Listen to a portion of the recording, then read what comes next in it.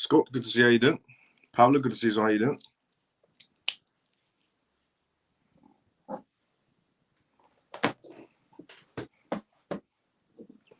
Calmo, good to see you, brother. How you doing? JP, hi, Miles and all CMF. Let's go. How you doing? Joe, good to see you all evening. How you doing? What's up, Miles? What's up, CMF? You're late? Yes. Kerry, good to see you. How you doing? Apologies about that. I was trying to get things set up. Also, by the way, thanks so much to everyone that's retweeting the live show right now. Free and Forever, good to see you as well. How you doing? Good evening. Maddie, good to see you as well. How you doing? How was your day? How was your parents? How's your busy today? Everything's been good, but extremely busy. Scott, how you doing? How you been? Hi, Miles and CMF. Dennis, good to see you as well. How you doing? How you been? Good evening, Professor, and the rest of the XLP Army. Frank, brother, good to see you. How you doing? Hey, brothers and sisters, Comatose, good to see you. How you doing? Hi, Miles, Messi, good to see you. How you doing? Your brother was cooking today. Let's go, thank you, brother. So, on today's live show, we're going to be going through some mixture of news, as usual. But we're also going to be doing quite a lengthy Q&A as well to get all the questions answered that everybody wants answers to. So, on tonight's live show, we're going to go through a gist of what we're going to be talking about, and then we do the essentially intro disclaimer. By that time, everyone's tuned in for the first part of the live show. So, welcome to the CMF live show. If you're watching this for the first time ever, welcome to the CMF live show. On this live show, I talk about the most recent things that's happening around the world in terms of cryptocurrencies, CBDCs, AI, politics, regulations, and essentially everything that is going to make this world go into a complete digital era. And the disclaimer of this live show, as always, is not financial advice, not political advice, and whatever I say is only for entertainment purposes. So here's a gist of what we're going to go through on tonight's live show, the news topics we're going to go through. We're going to be talking about Celsius on tonight's live show. We're going to talk about Celsius and Tether. Now, we do know for a fact that the SEC goes around and sues any crypto platform that blinks. But crypto platforms suing crypto platforms is a new type of situation going on. So Celsius is suing Tether, USDT, for over $2 billion. Worth of Bitcoin. We're going to be going through that on tonight's live show. We're also going to be talking about USDT in danger regarding the impact of the MiCA regulations. Now, Tether's CEO did essentially an interview yesterday on Cointelegraph regarding how they feel about the MiCA regulations. Now, we have some updates on that matter as well, some more updates on the MiCA regulations as well. We're also going to talk about tonight's live show regarding Donald Trump Jr. So yesterday's live show, I was asked about Donald Trump Jr. on his new venture into cryptocurrencies, blockchain technology. And I explained a little bit how he's going into DeFi stages and trying to take on the traditional banking systems. So I have more updates about that, about his recent ambitious plans regarding the crypto sector. We're also going to be talking about tonight's live show regarding Gemini, how they've decided to join Coinbase on coming together and going up against the CFTC.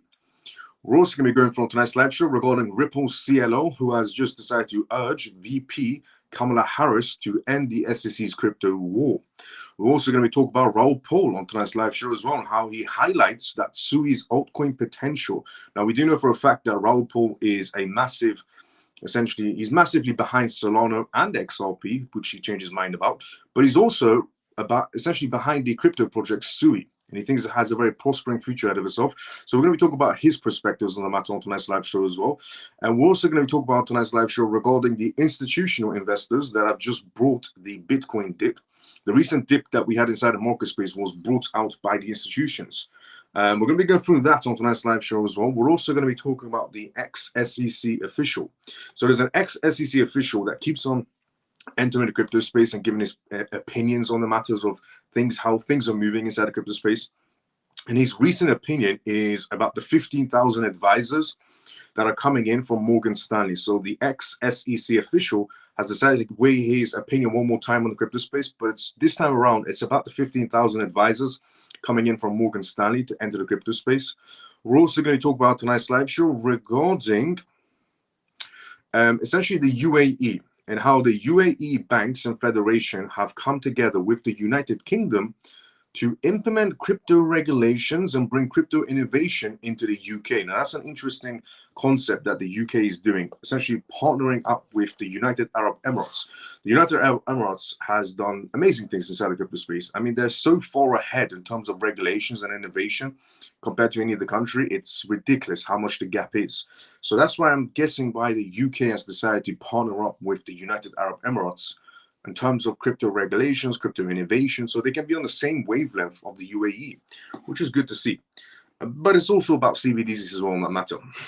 So before we go through any of that news topics, and the first one is essentially Celsius suing Tether, which is an interesting one because we don't regularly get crypto platforms suing crypto platforms. It's more like the SEC suing crypto platforms.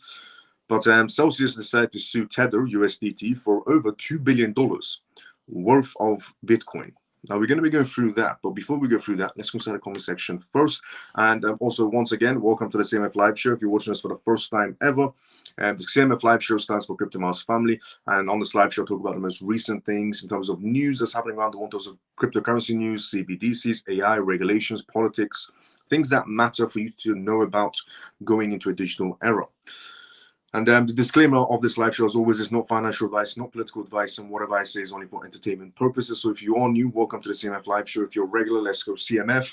And the live show has officially started now. But let's go to the comment section first before we go into the Celsius news regarding Tether. So let's see where we were at. We are at here. Good evening, Miles and CMF. Orphan, good to see you. How you doing? How you been? Good evening, Miles and family. Ian, good to see you. How you doing? How you been, brother? Share the show now. I just did. Let's increase the audience size. Let's go, Scott. Thank you so much to everybody that's been retweeting and liking this live show on X and on YouTube. Morning, Miles and CMF. Shelly, good to see you. How you doing? Morning. Brother, nice to see you. Question. Do you think XRP can hit double digits this year? Thank you. Do I think it's possible for XRP to hit double digits this year? It depends on 3 green lights. If XRP gets, essentially the other 2 green lights that are left. So what's left from the XRP scene is Ripple needs to pay the fine. And they need to do that within a 30-day period. And then there's that 60-day period where the SEC can appeal the case. Once that 30-day period passes and Ripple's paid the fine of $125 million, and the 60-day period has passed that the SEC can't appeal anymore, then we're going to be working on essentially the second green light, which is regulations. And once the regulations come through, that's the second green light done. The third green light will be adoption. So the chances of it hitting 2 digits, possible. Percentage-wise, not that high, unless it gets the adoption out the way very quickly, and so it gets the regulations out the way quickly, and the adoption is pretty much afterwards. So percentage is low, but it's an outcome. Do you think XRP can hit $50 without regulations? Do I think, and by the way, why all these questions are coming up is because inside the Telegram group of this live show, I asked members of the Telegram group of the CMF Live Show to ask as many questions as they want. So we're doing quite a bit of a Q&A as well on tonight's live show. So if anybody's also new watching this for the first time ever, if you have any questions about any crypto project or about anything to do with blockchain technology, AI technology, regulations, politics on the matter, ask away inside the comment sections, even if you're all new. I'm answering everyone's questions so everybody can have a better understanding. I've decided to do quite a bit of a Q&A. I mean, we always do Q&As on every live show, but today's going to be a bit more different, more Q&As. You ask the questions, I give you the answers. So, do you think XRP can go to $50 without regulations? It's going to be quite difficult because their clientele is mostly banks and essentially institutions. And banks and institutions need, the corporate sector needs regulations as a safety net to be able to operate on a much more wider scale, unless it's an ETF. Now, the only way that essentially XRP can be pushed to 2 digits, the only way that XRP can be pushed to double digits on a much more faster rate is going to be ETF. If an ETF comes out for XRP, then it's obviously going to be pushing to a much more higher rate, much more quicker. And the regulations wouldn't matter as much if an ETF comes out sooner. Woodhouse, good to see you. How you doing? How you been? That was weird. I joined the live, then after a minute, it kicked me out for an ad, but I had to join again. Strange. That's good, Shelly. Thank you for letting me know about that. How's your Miles? How's your business? Good. Business is good. How's the coin move thing coming along? It's coming great. Lena, good to see you. How you doing? Woodhouse, how's your business coming along? My question, okay, go for it, Romy. When are we expecting regulations to be worldwide? I'm saying second half of next year. I would say you're correct on the basis of worldwide. Now, if you're looking at worldwide regulations, as in every country has come on board in terms of cryptocurrency regulations, then yes. Here's the thing about it as well. So we know for a fact that Russia, Brazil, Saudi Arabia, Kuwait, Bahrain, Singapore, Hong Kong, Japan, and India, India is going to be expanding on their CBDCs, but the countries that I've just listed now are going to be launching their CBDCs in the EU as well. They're going to be launching their CBDCs next year. So the EU is going to be launching next year. 2025, these are the CBDCs coming out. So the EU is going to have their CBDC. Now, the matter is, are they going to release wholesale CBDCs first or essentially retail CBDCs? They're aiming for wholesale CBDCs first in the EU. So wholesale CBDCs on basis of EU coming out next year. Brazil is coming out with their retail and wholesale is what they're aiming for. Russia's aiming for both as well, retail and essentially wholesale CBDCs. The UAE is going to be essentially introducing their CBDCs as well. Now, when they're introducing CBDCs next year, it's not going to be everybody is on CBDCs all of a sudden. It's more on the essentially versus of 100,000 people have access to CBDCs and it keeps on growing from there, or 10,000 people starting and it grows from there. It's going to happen in groups. Not everybody goes on CBDCs overnight. But the closer we are to CBDCs, which is next year, which I mean the closer we are to full regulations for CBDCs to be implemented on that basis. So I'm saying second half of next year makes sense on that basis. But next year in general. DBG, MBD, and 4. Any opinions? Okay, regarding crypto projects, I would have to look into them to give you a better perspective, which means I can't give you an instant perspective on new crypto projects, because I would have to look at their white papers, their teams, their contracts. Do they have any partnerships? Do they have any fundings? Are there VC fundings and so on? So that's going to be more of a research type of question. But if you got a general question, go for it, Scott. But those ones, direct message me, I'll take a look into them. Doing some sailing, so no signal, not great. Keep fading in and out, peeps. Ian, sorry to hear that. What do you think CBDCs will, when do you think CBDCs will start using basically XRP? When do I think CBDCs will start using XRP? Well, on the basis that we're going to be launching into CBDCs from quite a lot of jurisdictions starting next year, we should start seeing some sort of movements. But also keep under consideration what I said a very long time ago, which is that, essentially the banks launch and they don't start using it off the bat regarding XRP, which will create more frustration for people who are holding it, which will make those people from the retail section sell, and then the banks stop using it. Either way, what you have to understand is the banks are going to be using it. And don't let any of the banks or these influencers, essentially push you out of your positions. No financial advice in this sort of a way. But on the basis of when the thing is going to be using it, next year we should be seeing those movements regarding CBDCs, because that's where the majority of countries are launching their CBDCs. We've had some countries in some jurisdictions launch this year regarding their CBDCs, but the rest of the countries is more like paperwork this year and next year's release. But it also goes back to what I said as well. I said any country that doesn't launch in 2024 is going to be launching in 2025. And by 2026, we'll bit more into CBDCs. 2027 is when the bank branches close down. And it's what was suggested by HSBC Bank, Lloyd, Santander, and everybody else in that West regarding their board members and executives. Will you create a short list of altcoins that you would run from? Yes, why not? I could do that. With all the institutions, it has to be working with, as you stated a few days ago, XRP after 60-day period will have 2 or 3 completed with exception of the regulations, correct? Yes. And what's your opinions about the root networks such as Astro and Silo? Okay, regarding Silo, I looked into it a while ago, and it's not something I would go for personally. And regarding root network, I would have to look into also Astro. I would have to look into what their recent developments or recent partnerships or recent contracts in place are to give you a better perspective. But Silo, I've looked into a while ago. It's not what I would say is a must-have project. Isn't okay? Let's go with us. Isn't there regulations in the UAE and other countries?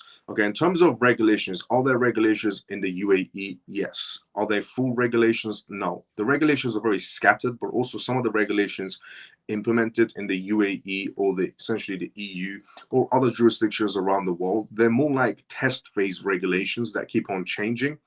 So yes, they do have regulations. It's not full regulations, and they're more like test regulations because they keep on redrafting them to get the better outcome. Evening, Miles and CMF peeps. Semper, good to see you. How you doing? David, good to see you. How you doing?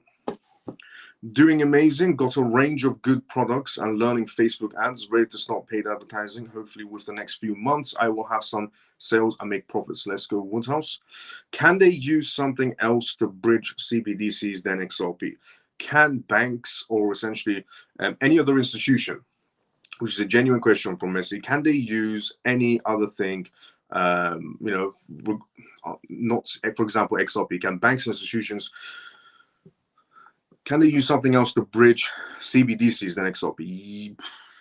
Okay, regarding can the banks or centralized banks use something else instead of XRP for bridging CBDCs? Yes and no. Okay, will the banks use something else? No, because there's only one CBDC platform out there. So, and it's Ripple CBDC platform. There's, as I said previously, there's 24,000 crypto projects, but there's only one crypto project that has a CBDC platform. Is also working alongside the Bank of International Settlements, and it's on that PDF document titled Cross-Border Payments. So, on the topic of can the banks use, centralized banks use something else as an intermediary, as a middleman for their CBDCs? Yes, they could possibly. I mean, they could build their own networks. It will take them 10 years to get to where they want to be. And probably after that, they'll do another 10 years of research by the time they reach that level. Or they can just use something that's already available to them, which is more likely what they're going to do because it's based on the PDF documentations. It's going to be XRP. Does the US have to have regulations in place for XRP to do numbers if the rest of the world has all the free green lights? Yes, because the US is the biggest market out there. Now, if the rest of the world has 3 green lights for XRP, and if anybody's wondering what the 3 green lights are, just joined the live show right now. XRP has always needed 3 green lights before it did any sort of major movements. The first green light was the case needs to be done. That's the first green light, which we just pretty much got. The second green light for XRP was regulations due to the Ripple's clientele and the people that are using XRP, mostly centralized banks and major institutions, and they need a safety net, which is regulations. So that's the second green light, which is what we're going through right now in terms of regulations. Third green light is obviously adoption after the regulations from the institutions. Now, on the basis of the rest of the world has the 3 green lights for XRP, but the US is still behind, is that going to affect XRP numbers? Yes, up to a certain extent, without a doubt. The US is the biggest market space in the entire world. So yes, it will definitely affect its numbers. What a beautiful chocolate boy. Much love from Sweden in Europe. Alicia, thank you so much for the kind words. Okay. Lost a bit of money yesterday, but it's all learning. But it's lost a bit of money, it's all learning. We stand firm, Miles, always. Let's go, Ian. What up, Miles of family? I hope all is well, though. Ray, let's go. How you doing? Good evening, Miles of CMF. Tall, good to see you. How you doing? If Ripple pay $125 million, can the SEC still appeal? Possibility, yes. Are they going to appeal? No. Because if they do appeal, it's going to get rejected. It doesn't seem like the SEC wants to go up against Ripple anymore. You see, the Ripple case versus SEC was actually a massive burden for the SEC and for Ripple on that basis as well, because it slowed down Ripple's progress-ish inside the United States, but it essentially revamped their progress outside the United States, which actually worked out in a benefit for Ripple, because Ripple was slightly not able to work inside the United States, which meant that Ripple shifted their focus completely to the outside market, which means now Ripple has a massive hand over the outside market, and now they're going to get their hand on the US market as well, because this case has just come to an end, which basically this whole Ripple versus SEC case worked out in the favor of Ripple, because they have massive progress made outside of the United States market space, in every other market space around the world, and now they're going to have access to the United States market space after this case when they pay their fine. Now, on the basis of paying their fine, can the SEC still appeal? Possibility, yes, but they won't, because it's a massive burden for the SEC. The case between the SEC and Ripple actually made the SEC look incredibly bad. Many times, congressmen have used as an example Ripple versus SEC in their speeches to ridicule essentially Gary Gensler of wasting money and wasting resources from the SEC. So I don't think Gary Gensler wants to go down that route anymore of appealing Ripple Labs or resuing Ripple Labs for any other matter or any other case, because congressmen ridiculed Gary Gensler many times and used the Ripple case as an example of how much time and resources Gary Gensler is wasting on this matter. So I don't think he's going to be doing that anymore. And it's also because whoever's chosen as the next president is going to be removing Gary Gensler. And it doesn't matter if it's going to be Trump, Kamala, or the other one, which is Kennedy. which is Kennedy. Whoever is chosen, they're going to shift Gary Gensler completely from his job. How does a stablecoin depeg, and how big is the chance to RLUSD to depegging sometimes in the future?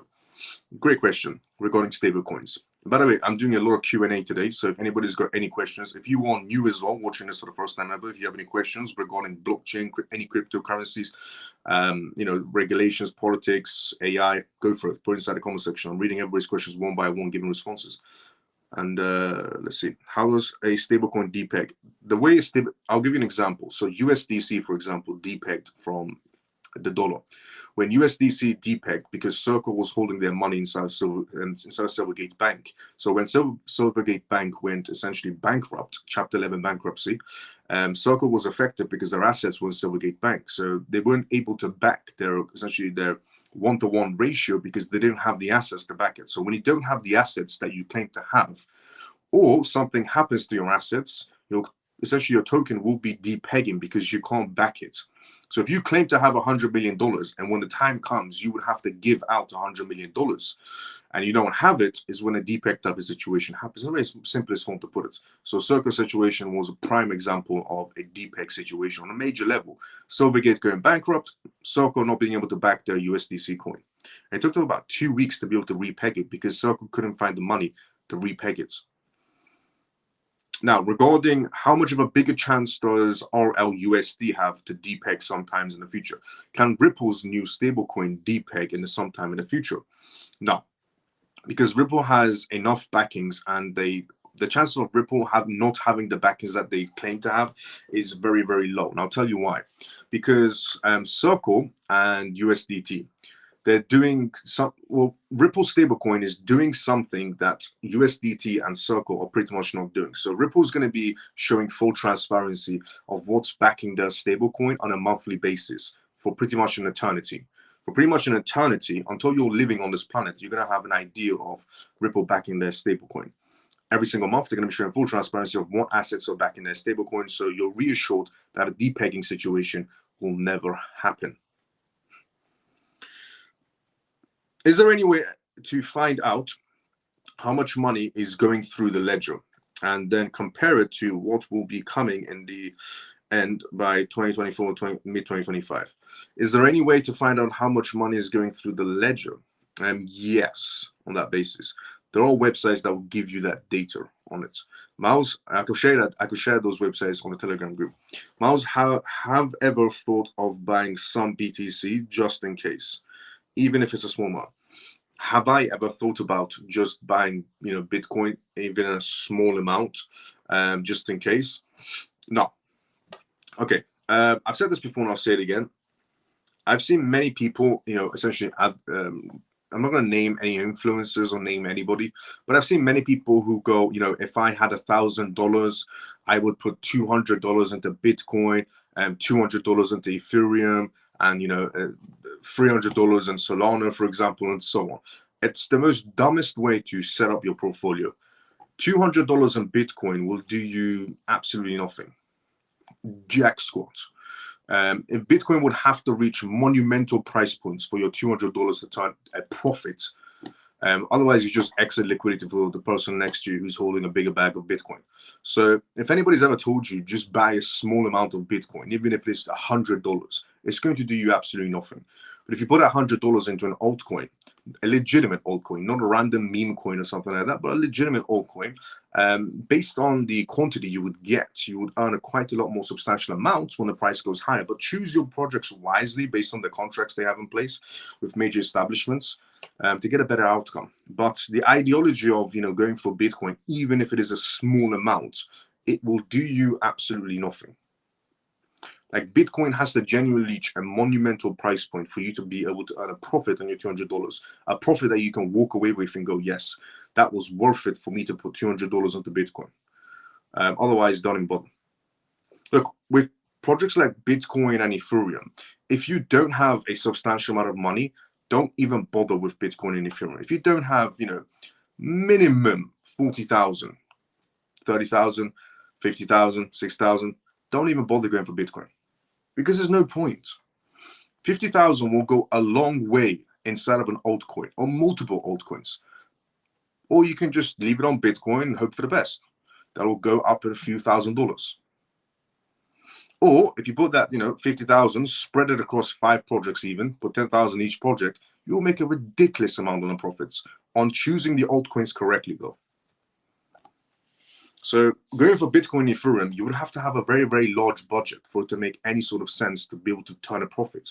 Otherwise, you're going to be sitting on those projects, Bitcoin, Ethereum, for 50 years to turn a profit. But you can go a long way on altcoins. There's a lot of altcoins out there that have amazing futures ahead of themselves based on their contracts.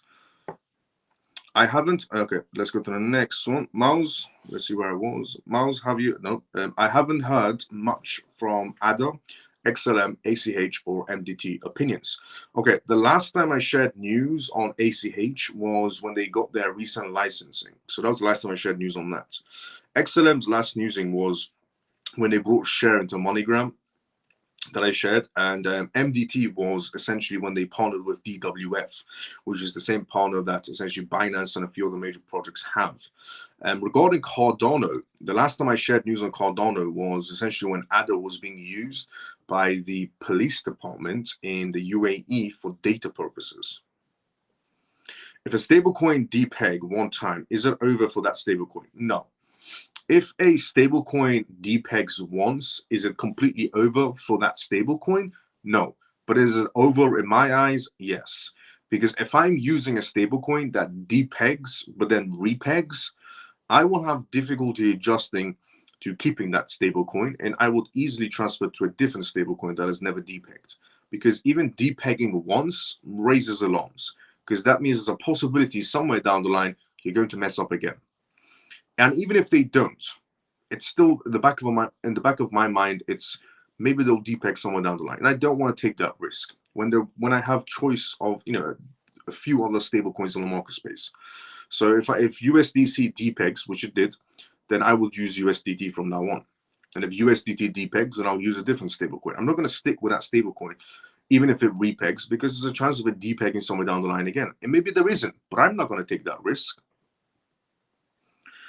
I haven't heard. There we go. Let's see where it was. CPO and NXRA thoughts. I don't know what there is in development, so direct message have to look into them. RLUSD on ETH network uses ETH as gas fees and not XRP. Well, here's the thing. Because it's a bridge, when it goes on the other side, it's using XRP as gas fees. Do you think XRP will go to $100 by this time next year or by end of next year?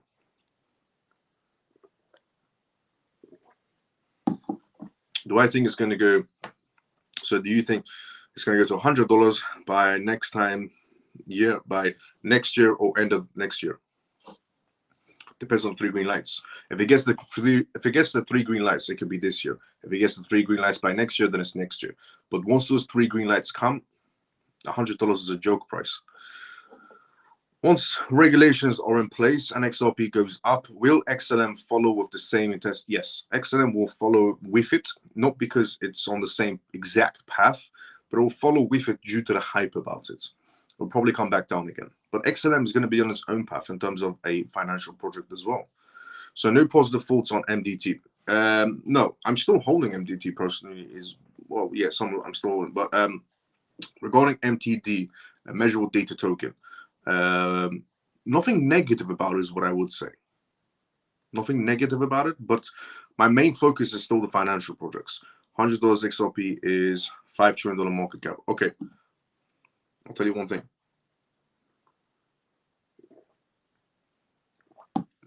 Market cap only matters if we're looking at stocks.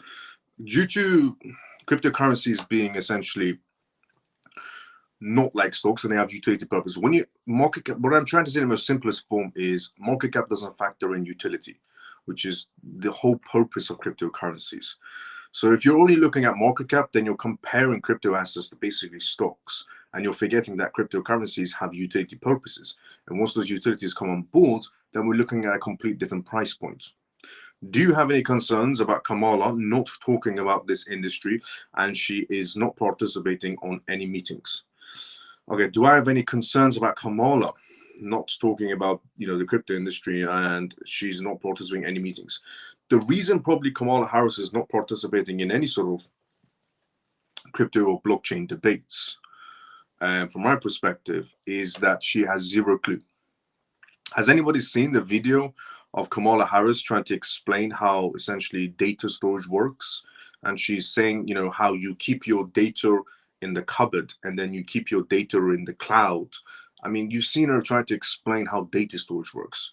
She's going to have major difficulty trying to explain blockchain technology to news journalists. So, I mean, there's a major reason why she's not doing any sort of roundtables or meetings with blockchain industries and so on, because she has essentially an IQ of a fish. She tried to explain data storage in the sense of, taking those files from the cabinet and putting them in the cloud. I mean, who speaks like that when we talk about data storage? So, she has zero clue about blockchain technology. So that's the reason why she's not doing any sort of meetings with blockchain, companies or in front of journalists, because it makes her look bad. And she shares the exact same brain cells with a goldfish.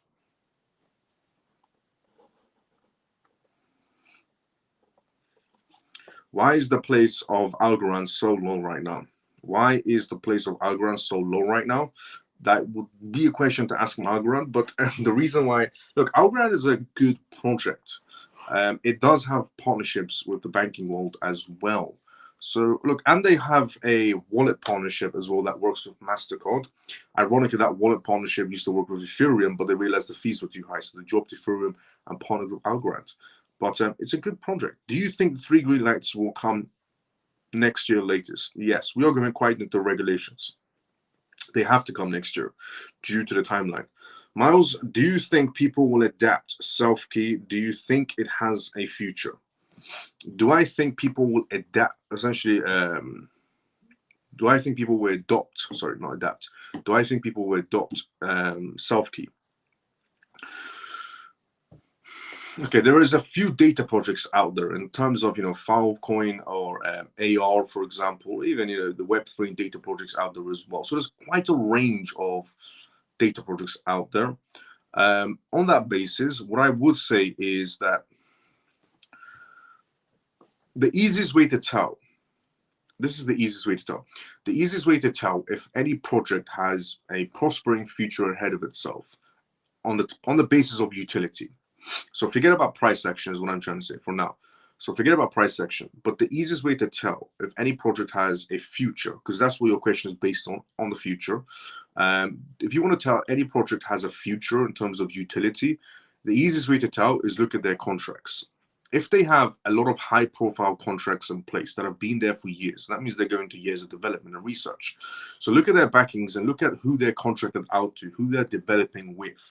And if we're talking about big names that have been in play for years, then it tells you an idea of where that project is headed. So if Self-Key has more contracts in place than, for example, Fire or, for example, AR and so on, then it could have a prospering future ahead of itself.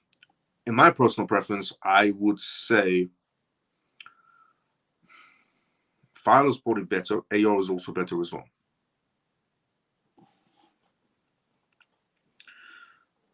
I know, just saying, a whole crypto market is $2 trillion. I don't believe in $100 XRP before 2027. Messi, everybody's that to pay. She knows nothing about crypto. She is blind on it. Regarding, Kamala, she's very blind on cryptocurrencies. I will sell her ACH. And what time frame do you think for 3 green lights for XRP at a decent price point? Well, if we get the regulations out of the way this year, then we're looking at adoption pretty much next year. But if we get an ETF, it will push the price point higher. Don't think regulations should be coming this because CBDCs will come out next year. Well, for the CBDCs to come out, we need to have regulations before it. So we can't have CBDCs and no regulations. We need to have regulations and then CBDCs. So if CBDCs are coming next year, that means regulations have to come before it. You can't launch CBDCs. Centralized banks can't launch CBDCs when they don't have regulations in place for CBDCs or for cross-border payments. That's not how a bank operates. A bank doesn't release what they want to release, and then a few months after or a year after they bring out the regulations, because then they'll be operating in a completely gray area or doing illicit activities. So for a bank to be doing cross-border payments, they need to have cross-border regulations in place for them to be doing cross-border payments. So first comes the regulations and then the CBDCs. I sold out self-key and went to other data projects. Good move. Do you think we're in a 4-year cycle still for XRP and the price will fall again? No. We're not in a 4-year cycle anymore because we are shifting completely. The amount of regulations that are already in place is something that we've never had before. The amount of institutions in place is something we've never had before. Also, the amount of banks in place, we've never had that. There are so many banks, so many institutions, and so many regulations that we've never had in place at all that we do have this year. And we're going to have a lot more throughout the year until the end of the year and going into next year. So no, we're not stuck in that 4-year cycle in any sort of way. We're actually brewing still for that part 2. Will, Angel, good to see you, Aiden. Will an XRP ETF be forthcoming? Yes, an XRP ETF is definitely something that Ripple's going to keep their mind on, and it's definitely something that's going to be introduced. Now, also an XRP ETF isn't just going to be for the United States market space. We're going to have different ETFs popping out of every jurisdiction later on. Hey, CMF and Miles, brother. Bill, good to see you. So how you doing? Any XRP updates? Just a matter of their stablecoin regarding Monica Long making an announcement about it. Is 20k XRP enough in your opinion? Yes. If you have 20,000 XRP, it's a substantial amount for you to be holding for the utility purposes. It's a very huge amount to be having.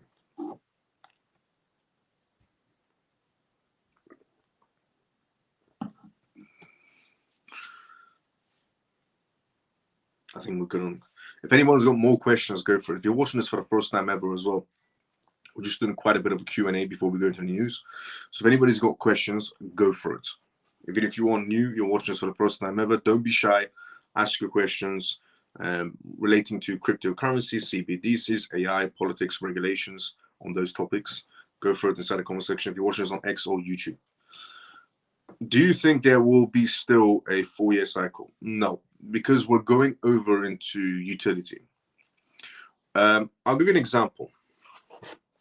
For example, because we're going into, sorry, my dyslexia kicked in then, probably what else. Because we're going into utility, a 4-year cycle wouldn't matter anymore because we're going to utility with the amount of banks, regulations, and so on. And we have CBDCs coming pretty much from majority of jurisdictions next year as well. So a 4-year cycle wouldn't matter in a sense at all. The ideology of every cryptocurrency following Bitcoin for a complete eternity on a 4-year cycle is ludicrous. Nothing ever stays the way it is, especially in the market space. You've always got to remember that nothing stays the way it ever is inside of any sort of market space. You've always got to counter in the fact of manipulation. You've also got to counter in this matter utility as well. So once we start going into utility, a lot of projects based on their own contracts are going to start shifting over on their own path, and we're slowly starting to see that happen with the amount of banks, institutions, and regulations in place right now. So no, a 4-year cycle, following a 4-year cycle, still is absolutely ludicrous.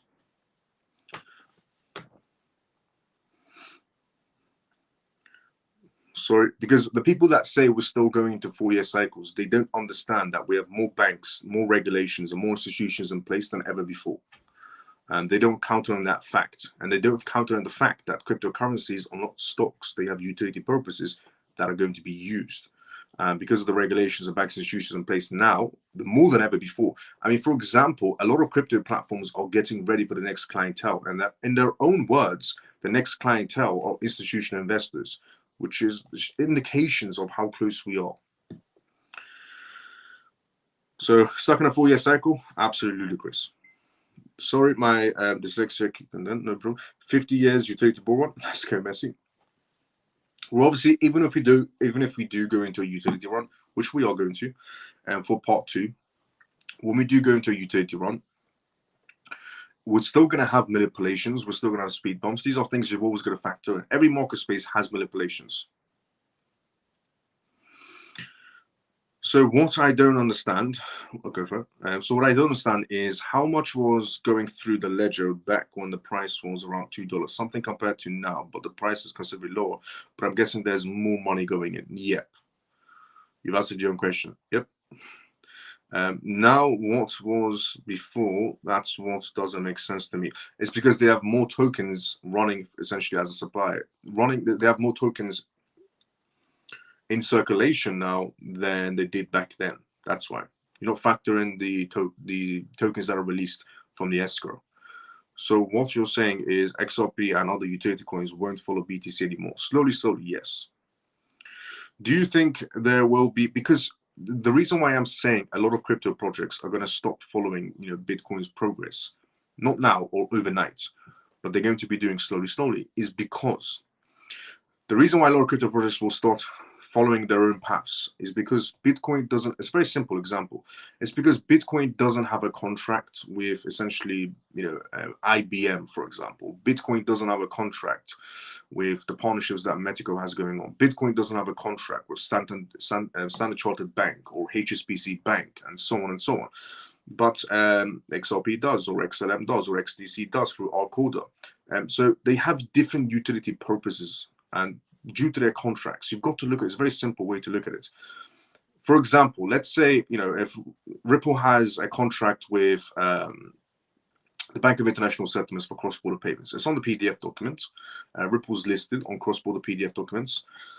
Bitcoin isn't listed on that document, which means centralized CBDCs going through that path, Ripple and XRP and R3 Corda, which is XDC, Bitcoin is not on that list. So how can it be sharing the profit margins or sharing it on the same path? It's just not possible.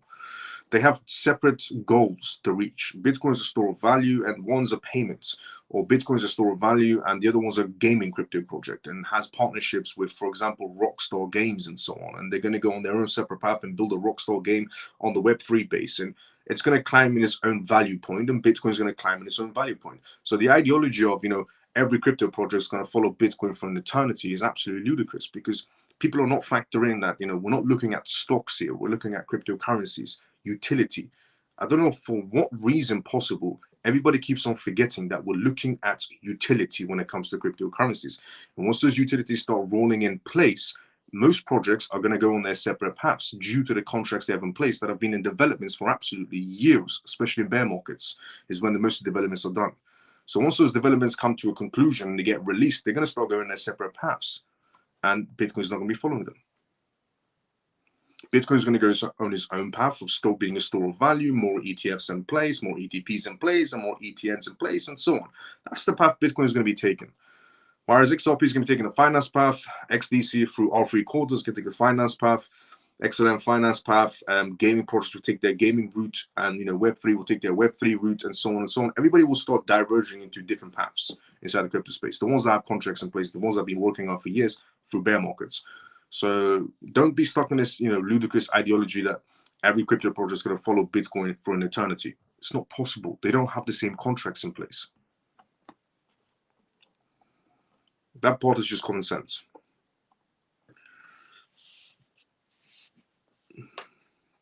If XRP ledger got hacked, it's over for us. If the XRP ledger got hacked, it's over for us.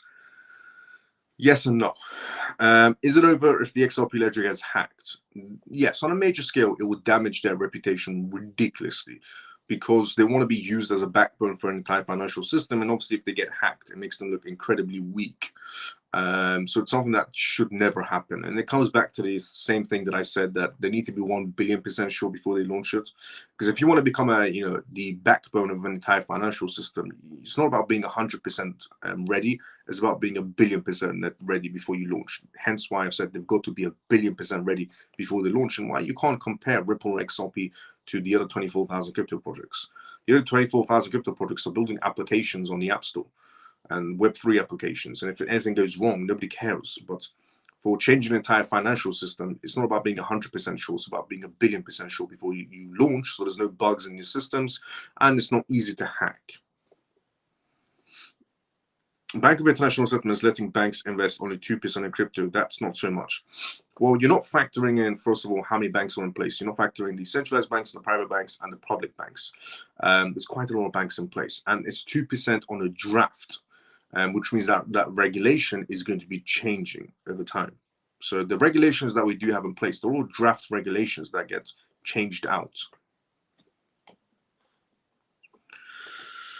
So is this continuous release from the escrow going to keep suppressing the price, or will there be a point where it doesn't matter as it will overtake it considerably? yes, there's going to be a time point where it doesn't matter. And also, the escrow release doesn't really keep the price of XRP down. It's just the whales and the panic modus like to make it look like it's keeping the price down.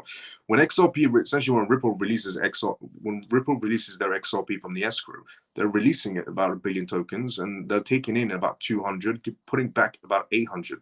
So they're not really affecting the price point. It's just people like to make it look like Ripple's affecting the price point releasing from the escrow. They're not. They're actually not really damaging in any sort of a way, because it's just the panic modus and the whales just adding on top, the fuddles just coming out of nowhere. Because if you look at the numbers and look at the percentages of releases and look at the percentages of the volume coming in and volume going out, it doesn't really affect it at all. But people like to weigh it out as it does majorly affect it. In reality, it doesn't. It was something also stated inside the documentations in the court papers. It doesn't affect it at all. If you look at the inflows and outflows. My phone keeps freezing. What time frame for XRP? What time for XRP to be good price and 3 green lights? This year we should be looking at more regulations, and next year we should be well off in the CBDCs. But if we get an ETF, it will push the price higher much more quicker. Do you think there will be a flip of the switch? Yes, it's a possibility of one outcome. Tell John to go to YouTube as it keeps on freezing. Yes, if you are watching this right now, it keeps on freezing, watch it through YouTube. There's no freezes on YouTube.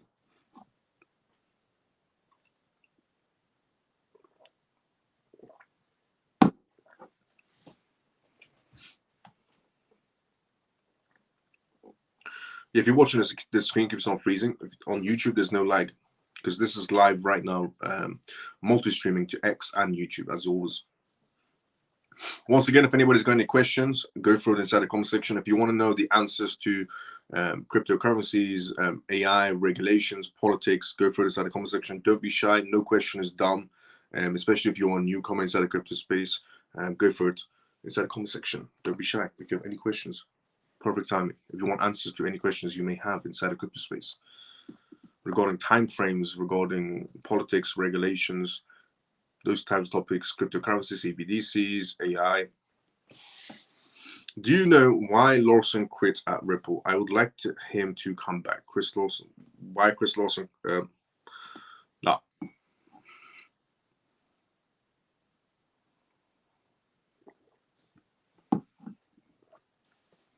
Okay, let me do the first news, and then we'll come back to the Q&A. If anyone's got more questions, go for it. So, the first news on tonight's live show is this one. Celsius.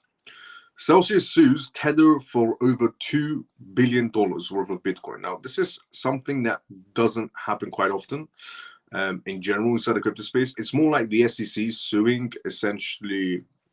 It's more like the SEC basically suing crypto platforms. But the idea of crypto platforms suing other crypto platforms doesn't really come up, especially not on this scale. So Celsius is suing Tether for over $2 billion worth of Bitcoin. Now, the Celsius Network Limited has decided to take on Tether USDT to court, demanding more than $2 billion worth of Bitcoin from Tether USDT. The lawsuit was filed yesterday through the Blockchain Recovery Investment, LLC, and targets Tether's Limited along with several of its affiliates. The background is set inside the United States Bankruptcy Court for Southern District of New York. The drama between Celsius and Tether traces back to the deal they struck back in 2022. So there was essentially a general partnership type of situation going on between Celsius and Tether back in 2022, where the contract pretty much fell through. Now, at that time, Celsius borrowed USDT from Tether, putting up BTC as collateral. But things took a nosedive in June 2022 when Bitcoin's prices dropped like a rock. According to their agreement, Celsius was supposed to put more Bitcoin to keep their deal alive. Instead, Celsius told Tether to sell off the BTC as collateral to cover the $850 million USDT position. The claims and Tether's response. Now, Celsius is coming back with a legal hammer, trying to claw back around $2.4 billion in Bitcoin from Tether, even though they directed the sale of that Bitcoin themselves. Tether is claiming the lawsuit a shameless money grab, claiming it's just an attempt to dump Celsius problems onto its shoulders. According to Tether, this lawsuit completely ignores the reality of an agreement they both signed and is built on the misapplication of the law. The company's management has made it clear that they're ready to fight this out in court and are confident they'll come out in top. In their words, Tether's words, and I'll tell you why this creates a bit of a confusion for Tether as well.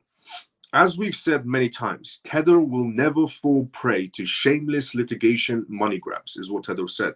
We will vigorously defend ourselves against the unwarranted allegations made against us, and we expect to prevail in this litigation.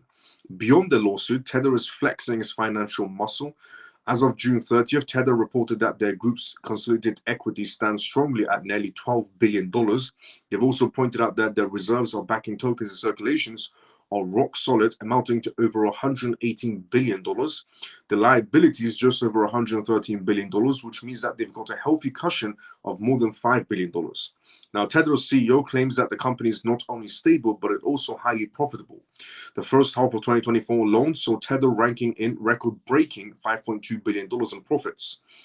With nearly $12 billion in equity, Tether's CEO made it clear that Tether is in a prime position to continue leading the stablecoin market. He also added, with Tether's group-owned equity reaching $11.9 billion, Tether has achieved impressive and unmatched financial strength, enabling it to continue leading the stablecoin industry in stability and liquidity. Tether's management also said that the diversified investments in these areas like sustainable energy, Bitcoin mining, AI infrastructure, and more are not even considered part of their reserve backings in the issued tokens. So it seems like Celsius made a contract with USDT Tether to borrow Tether, and essentially Celsius put Bitcoin in return, about $850 million worth of Bitcoin in return as collateral, and they borrowed money from essentially Tether. And when Bitcoin took a nosedive, essentially due to the Silvergate situation, and their collateral was worthless, let's say, at that moment in time. So essentially Celsius told Tether to sell off their collateral, and therefore they don't have to put essentially more Bitcoin in place to keep their collateral in place. The issue with this whole borrowing situation is there was no regulations in place. So is Celsius going to win this case against Tether? Probably not. Celsius is not going to win this case against Tether. But what this case does is open up a whole new, issue with Tether, which is Tether was borrowing money to major platforms, quite a substantial amount of money to major platforms, without any regulations in place and no licensings in place either, which will raise multiple questions for the SEC and the CFTC.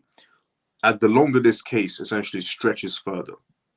So the longer this case will stretch further for Tether, the more questions the SEC and CFTC will have going through the documentations of this case, because Tether has been borrowing money quite a lot with no regulations in place, so which means they were operating in grey area, which means it could also be considered illicit activities, which also they had no money transfer with the licensing in place at all. They had no money transfer with the licensing in place when they were borrowing a substantial amount of money. So the longer this case stays open between Celsius and Tether, the longer the SEC and CFTC will have an idea about how far Tether's hand has reached, which the case itself, Celsius is bringing up a bogus case, but the case itself can be troublesome for Tether in the long run. The longer it stays open and the more facts get pulled and squeezed out of Tether, which could just be, essentially the SEC, winning card to have a better vision on what's actually going on in Tether, because the longer this case stays open, the more information gets pulled out of Tether on paper, which means the SEC and CFTC will have something to read about on how Tether has been operating for all this time. So the case itself is bogus, but the longer it stays open, the more the SEC and CFTC will have something on Tether in the long run. Now, before we go through the next news, let's go back inside the comment section. Once again, if you have any questions, we're doing a live Q&A. Let's go, like every single night. But this I spent more longer on the Q&As. Let's see where we were. We were here. Why did ACH not make money movements after the XRP case? Because they're not in the same category. Well, they're in the same category in terms of finance, but regulations. ACH has the same issue of essentially XRP, regulations in place needs. Miles, I found a new project today called XRP. Can you tell me about it? Let's go, JP. Is XRP your favorite crypto and most? Great question, Angel. Is XRP my favorite crypto? Let me make one thing clear. The only reason I go for XRP is because of its contracts in place. So the idea of, this is my favorite crypto project or that is my favorite crypto project is nonsense, because it's all just numbers. I love the blockchain technology behind it, without a doubt. I mean, I'm using it to build upon it as well. But I've said this before and I'll say it again. If Shiba Inu had the partnerships that XRP has with the Bank of International Settlements and the Metico essentially acquisition and Standard Chartered Bank in place and HSBC Bank in place and so on, if, for example, Tron had the same partner, if any other crypto, Solana, for example, had the same partnerships, I will be supporting that project. It's not about for me. It's not about for me, regarding what is my favorite crypto project. I don't look at it as my favorite crypto project in any sort of way. I look at it as who's it working with, who's it contracted to, what are they trying to build, what are they trying to achieve, where's their fundings coming from, who's their partnerships, and that's just genuinely what I look at. If there was another crypto project that had the exact same things under its belt that essentially Ripple and XRP have, then I will be going for the other project. So it's not about, this is my favorite project. I'm not looking at it as my favorite project or my favorite community. I'm more looking at it on the basis of XRP has the best contracts in place. Ripple has the best contracts. It has the most licensings in terms of money transfer with the licensings. It's on the list on the Bank of International Settlements, public PDF documentation titled Cross-Border Payments on the SWIFT. It's with the World Economic Forums, made multiple speeches on how they're going to be changing the world. And a lot of people say, well, Ripple essentially buys tickets to speak at the World Economic Forum. Yes, you can buy tickets to speak at the World Economic Forum, but it's not an indication they're going to let you through the door. Shiba Inu could buy tickets to do a speech at the World Economic Forum. Do you think they're going to let Shiba Inu do a speech at the World Economic Forum? No. It's not about just buying tickets. It's about they're letting you in to even do a speech. So working alongside essentially the World Economic Forum, the most powerful people on this planet, working alongside the Bank of International Settlements and the International Monetary Fund, having more contracts in place than any other crypto project out there, having more money transfer with the license than any crypto project out there, having more businesses, essentially more acquisition in terms of businesses brought than any other crypto project out there. That's the only reason I'm behind Ripple and XRP. I'm in it not because I love the token. I'm in it because I've seen the contracts. I can smell the money when it comes to that project. That's why I'm in XRP. So it's not about it's my favorite crypto project. There's nothing to do with favorites. It's about contracts. It's about contracts and money transfer with the licensings and who is behind it. In other words, who's it working with? World Economic Forum, great.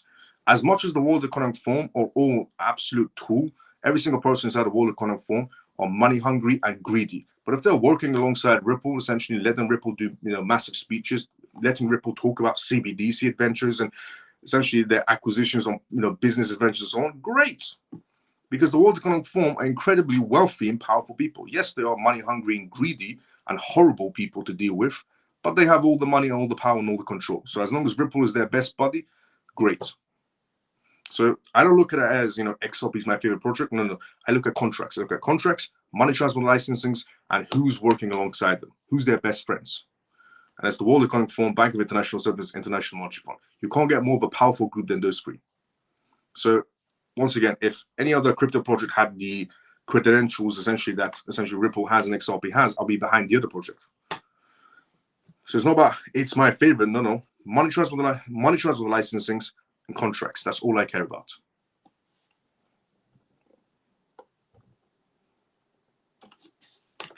And as long as that has the most, I'm behind it all day long. And it's also what is it going to achieve in basically 5 years, 10 years, 15 years, 20 years time. That's also what I'm looking at as well. And when it comes to a long-term project. And in my eyes, the way XRP is going, the way Ripple's going, it has the most prospering future ahead of itself in 5 years time, 10 years time, 15 years time, 20 years time, 50 years time. It's going to revolutionize everything.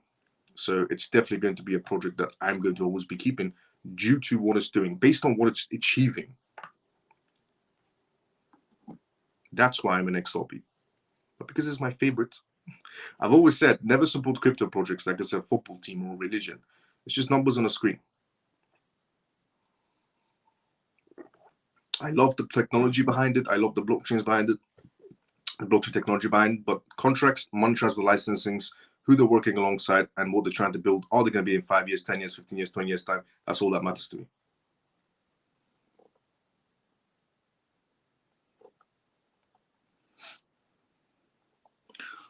So if there was any other crypto project with a different title, I would have chose that as well. But XRP has the biggest, essentially, profile under it.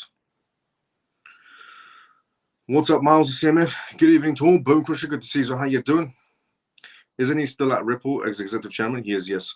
Hey everyone, great to be with all again. Thompson, let's go. How you doing? Did SBI CEO say every bank in Japan will use XRP by 2025? So shouldn't the price of XRP be high by then? Yes, he did refer to something on those lines, and well, we're not in 2025 yet. As we said last year, Miles, it's only a matter of time with Tether. Exactly, it's only a matter of time with Tether regarding that case. Yep. Good to know that Ripple won the case against the SEC, but hopefully there is no appeal by the SEC. Thompson, let's go. Let's go. Can ACH be considered a long hold? Yes, it can be.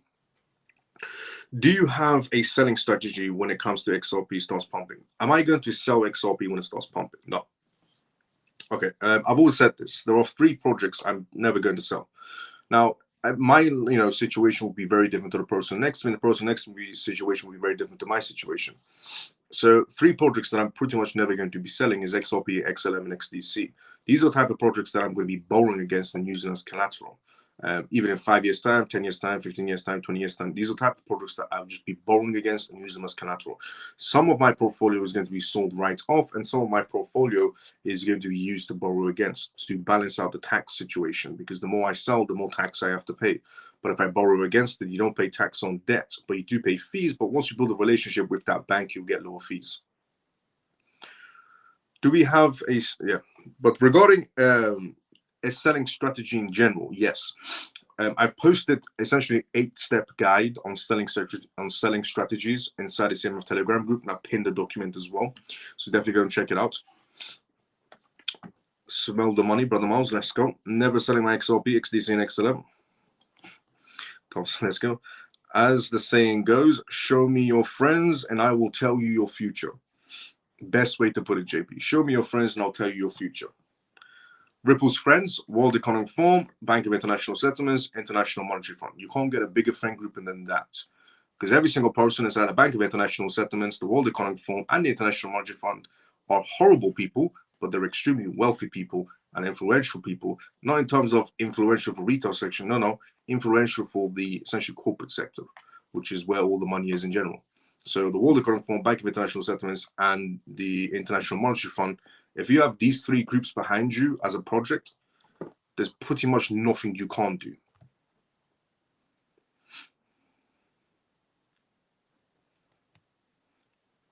Will XLM and XDC begin to move when XRP starts to move? Yes, but let me answer this one. Actually, Miles, that pin document might not be there now. We have to check. Yes, that's true. I'll pin the document again. The selling strategy. I'll pin the document again. Thank you for letting me know that, Shelly. Inside the Telegram section. Will XLM, XDC begin to move once XRP starts to move? XLM will move because XRP when XRP moves, XLM moves due to the hype behind it. But XDC, yes, because XDC through R3 Corridor and essentially XRP Ledger work alongside each other. Actually, damn, so true, and there cannot be no dispute. Facts.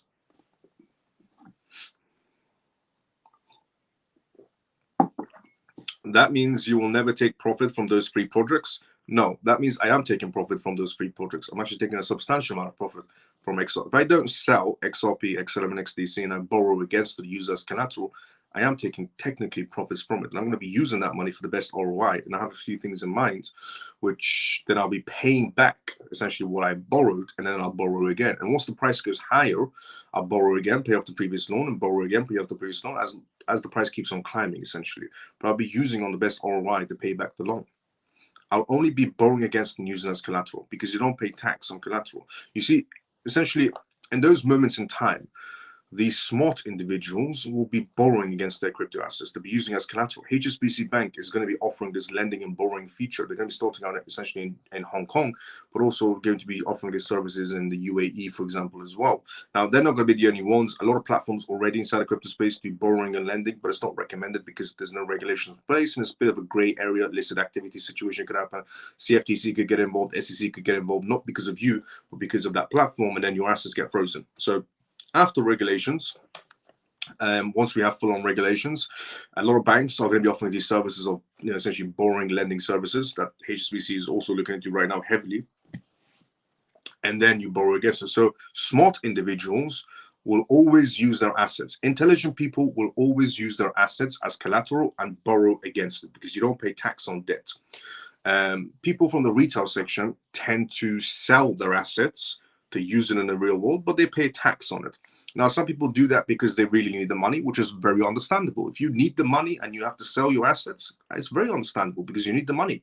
But if you don't need the money, there is a better option. Use it as collateral, borrow against it, not financial advice. Whatever I say is entertainment purposes, but intelligent people would rather borrow against their assets, because they'll skip on tax and pay a little bit of fees, banking fees. But once you build a relationship with that bank, they'll give you better fees along the way. Rinse and repeat, basically, Shelly. Perfectly put. Rinse and repeat. It makes more sense to me now. Let's go, Daniel. But if you need the money, yes, selling is the better option. But if you don't need the money, borrowing would be the better option because you don't pay tax. No tax on debt. And the other option is people saying move to UAE. People say move to Dubai, move to Monaco, move to Bahrain, Kuwait, Saudi Arabia, and so on. Yes, you could move to those countries, but you can't just go there and borrow. You can't just go there and sell your assets and think it's tax-free, especially not on vacation. The easier option will always be to borrow against your crypto assets. You can do that no matter what country you're in. You can sit on your living room couch and borrow against your crypto assets. And you don't have to move to Dubai to live a tax-free life. You just borrow against your assets. It's tax-free. You don't pay tax on debt. And obviously do it from legitimate places. So a place that I would borrow against later on is going to be HSBC Bank. And a lot of people will say, well, banks are going to fail. Banks will never last. Not all banks will fail, and some banks will last. The banks that have essentially partnerships in place with blockchain firms are the ones that are going to be lasting. The banks that have no partnerships in place with essentially the blockchain space are the banks that are going to be closing down soon.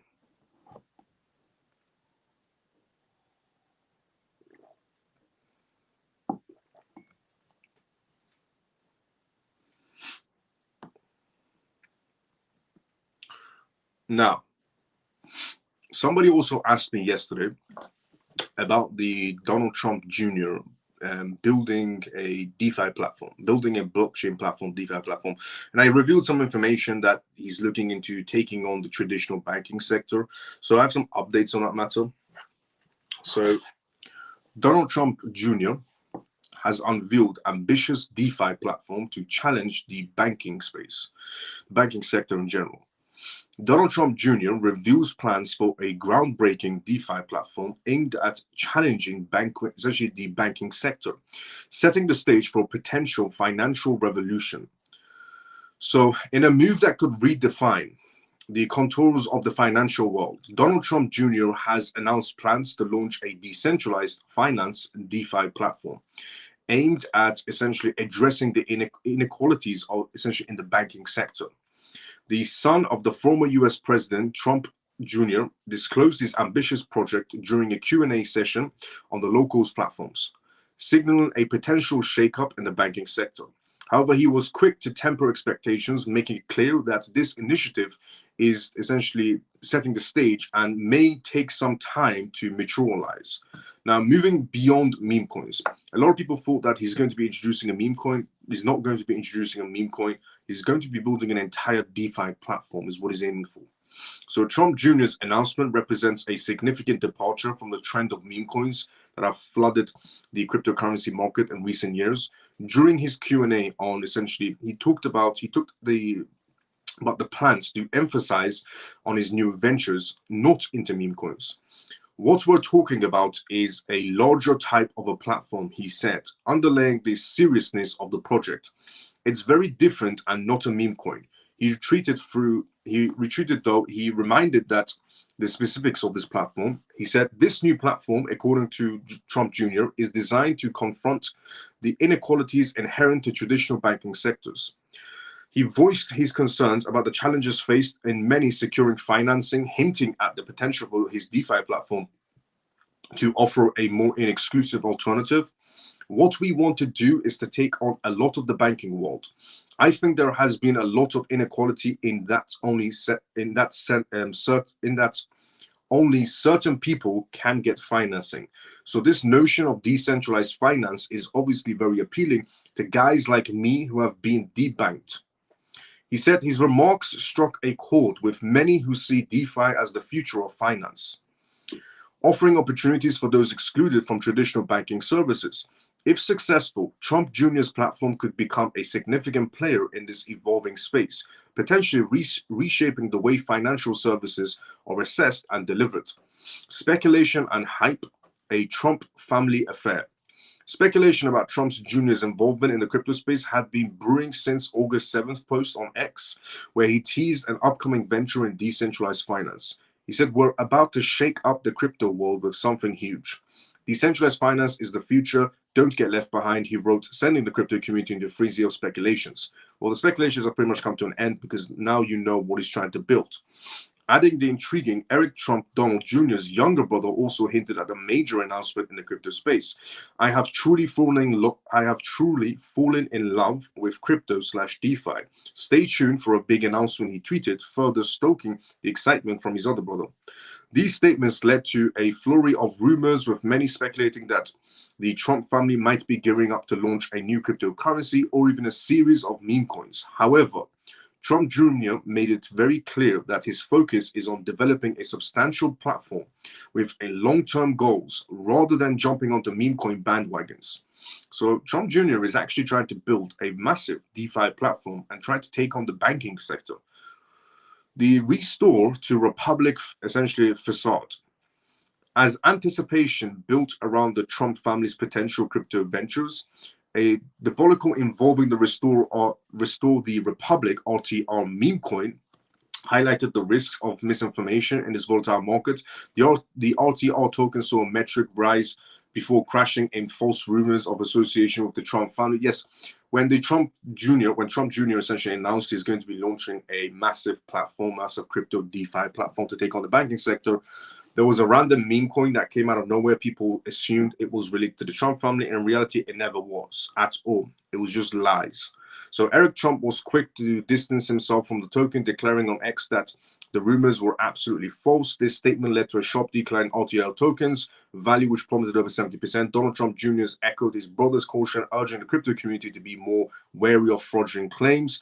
Beware of fake tokens claiming to be part of the Trump projects, he warned. The only official project will be announced directly by us, and it will be fair for everyone.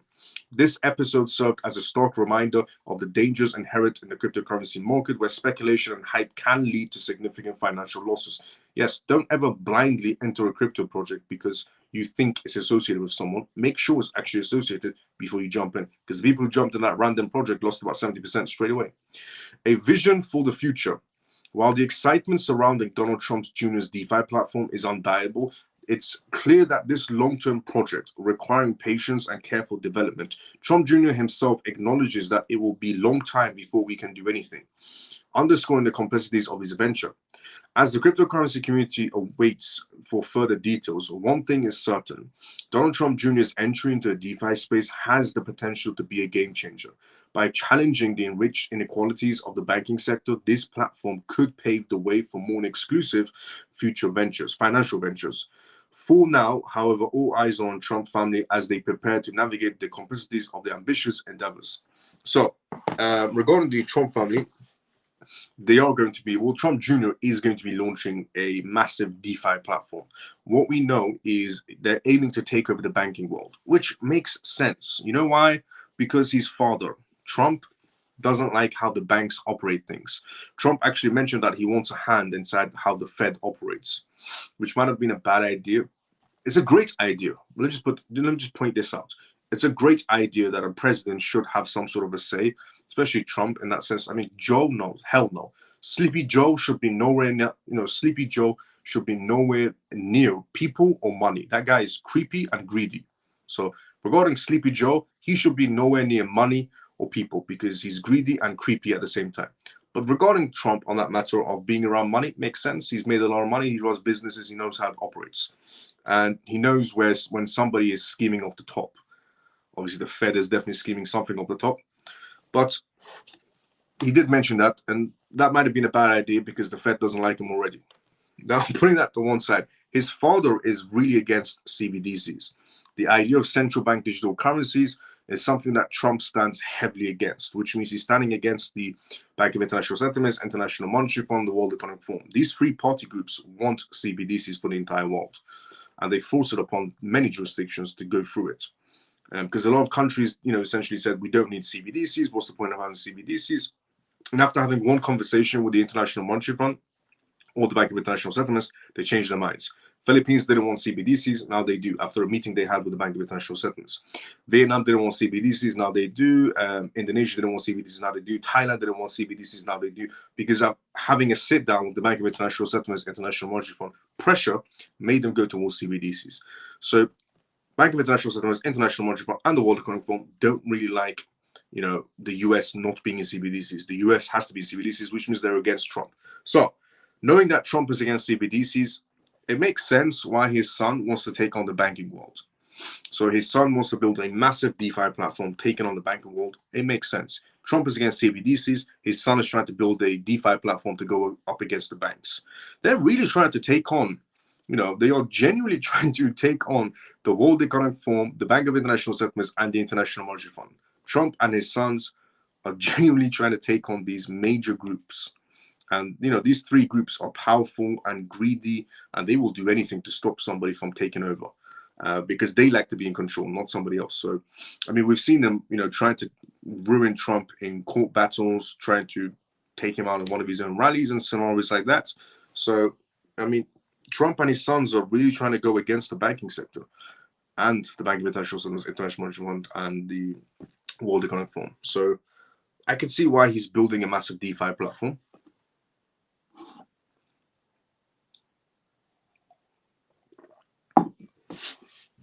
Now, before we go through the next news, let's go to the comment section first. Also, if you have any comments, this is a live Q&A. So if you have any comments about cryptocurrencies, CBDCs, AI, politics, regulations, put it down to the comment section. Reading everybody's comments one by one. I think everybody's JP Shades talking to each other. Yep. Okay. So Gemini has decided to join Coinbase on the CFTC situation.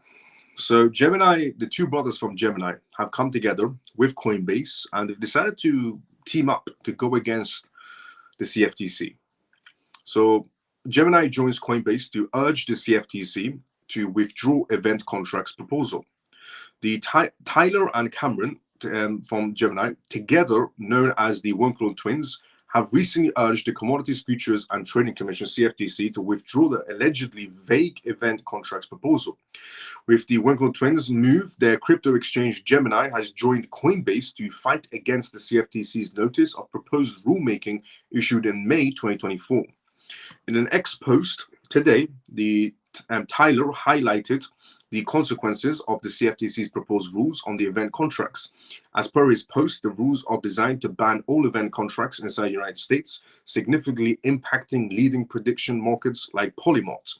So what's going on right now is Elizabeth Warren, Senator Elizabeth Warren came out. I mean, this person just does not give up. Elizabeth Warren came out and said that it's degrading for the retail section, basically, to be betting on politicians. So imagine this. A politician comes out and says it's degrading when people bet on politicians on who is the next president, because Polymart basically is a platform, Polymarkets, where people can, bet on Trump being the next president or Kamala being the next president or who's the next VP, and everybody can bet on politicians. And you can bet on anything else as well if you want. But Elizabeth Warren sent a letter to the CFTC essentially telling them that betting on politicians is degrading.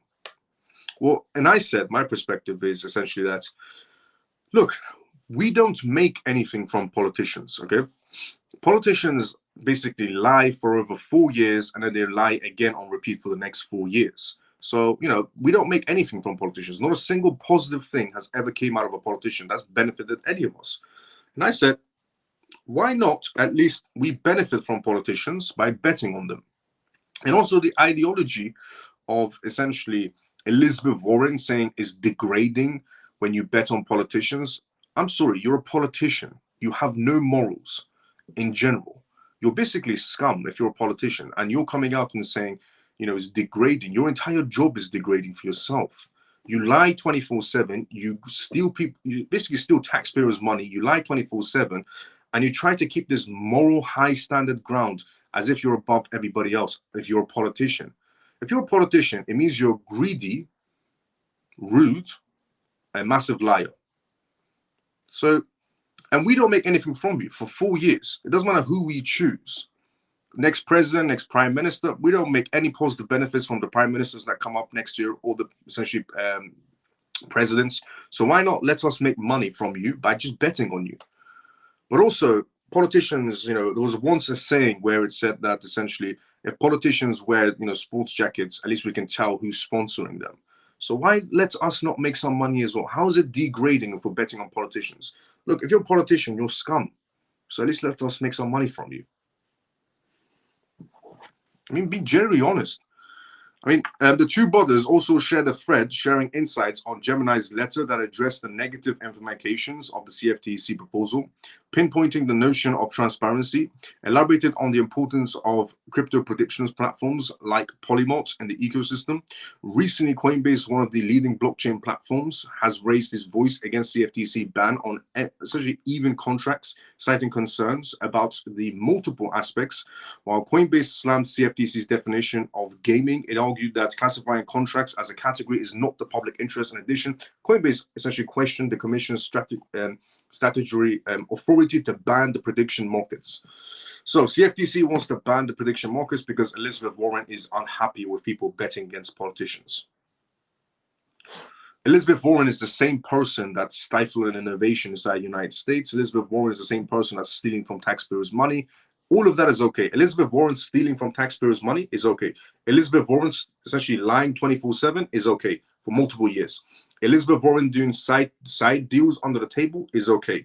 Elizabeth Warren giving Gary Gensler questions and answers and then making him come in front of congressmen on live TV, giving him the questions and the answers is okay. That's all okay. Lying, stealing, manipulating congressmen's speeches, that's okay.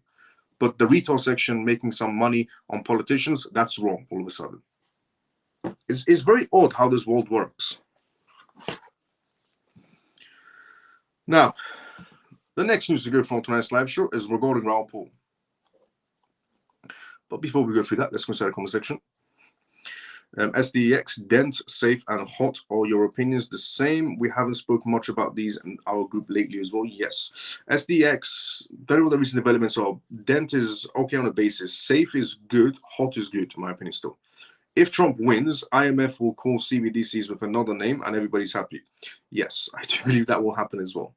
Now, Raoul Pal. So Raoul Pal has been a massive voice for Solana. Very long time. Raoul Pal is massively behind Solana, and a while ago he changed his opinions about XRP and he said it's a great project in his eyes as well. And now he has his sights on a new project. Not a new project, but a new project for him. Sui, in other words. Raoul Pal highlights Sui altcoin's potential. Raoul Pal, CEO of Real Vision and the macro strategy expert, has brought attention to promising smart contract altcoin projects.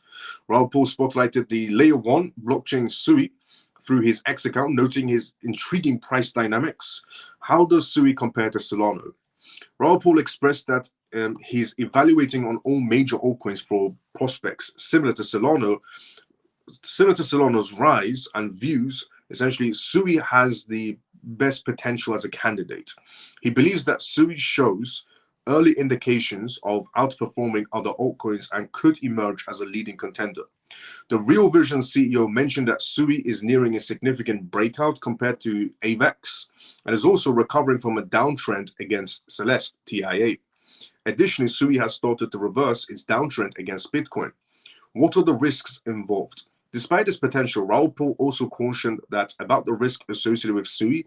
He pointed out that while the token unlocks events continue, the primary concern now is demand. Although the supply is established, demand remains the critical factor. Raoul Pal noted that SUI has a high, fully diluted valuation, FDV in other words, which may deter some investors. He stated, "I like finding where price movements have outpaced the current narrative." High FDV altcoins typically have a large market value paired with a essentially low initial circulating supply, posing a risk of significant future dilution. Now, the key takeaways, Raoul Pal highlighted the substantial potential of SUI altcoin project. He shares essentially his views as SUI as like a Solana-like opportunity showing signs of a breakout. Also, he warned about the risks connected to the SUI's high FDV. In conclusion, while SUI shows promising signs of potential for significant growth, investors should exercise caution due to the risk associated with its high FDV and this critical role of demand in its future performance. So, there's also a lot of people that have recently been asking about SUI, and a lot of people inside the crypto space that have recently been talking quite a lot about SUI. Raoul Pal seems like jumping on the bandwagon as well for SUI. If you want to go and check out the project, read about it, see if it's something that will pique your interest. Completely up to you if you want to go for it. Not financial advice in any sort of a way, but Raoul Pal is now looking into it as well. So if you're in SUI, you've got a massive influential person inside of it as well now. He hasn't indicated how much you've brought, or he hasn't also indicated if he has brought any, but he's very interested in it right now. His only projects that he has interest in is Solana, XRP, and now SUI.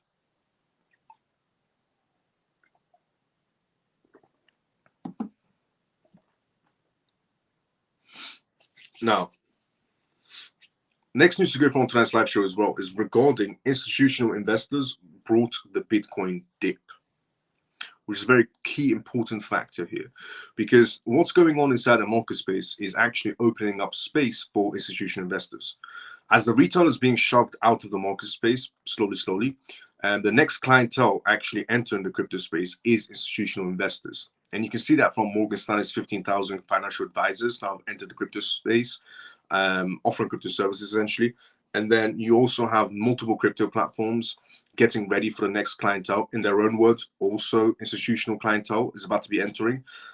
And what's also going on in the market space, it is genuinely opening up space. The retail section is slowly being shifted out and the institutional clients are coming through. And if you're smart enough, you'll be still holding on until the Ethereum projects while the institutions are coming in because they got all the money. But we're going to go into more detail on that matter. But before we go into it, let's go inside the comment section first. Do you have any idea why Robinhood sells certain cryptos but doesn't sell XRP? Do I have any idea on the basis of why Robinhood sells certain cryptos but doesn't sell XRP? Could be that they see also value in it as well. It went from 46 cents to 96 cents over the last week. So possible is what JP is saying regarding SUI. Institutional investors brought the Bitcoin dip. This week has been a wild ride in the crypto markets. Bitcoin and Ethereum took the nosedive, wiping $367 billion in value. If you blinked, you might have missed the chaos. As the week started, the sell-off in Bitcoin and Ethereum was brutal. Bitcoin's value plummeted, dragging down the entire crypto market, just as the Japanese markets were taking a hit too.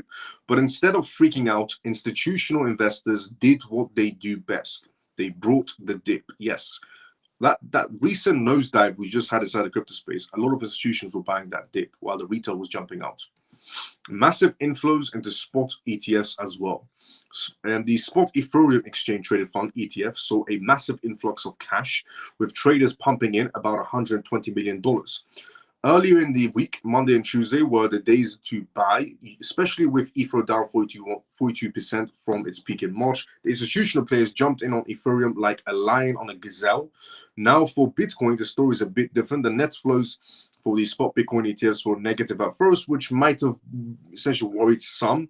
But by midweek, things took a turn. According to data from CoinGlass, demand picked up speed, and these funds added over $245 million between Wednesday and Thursday.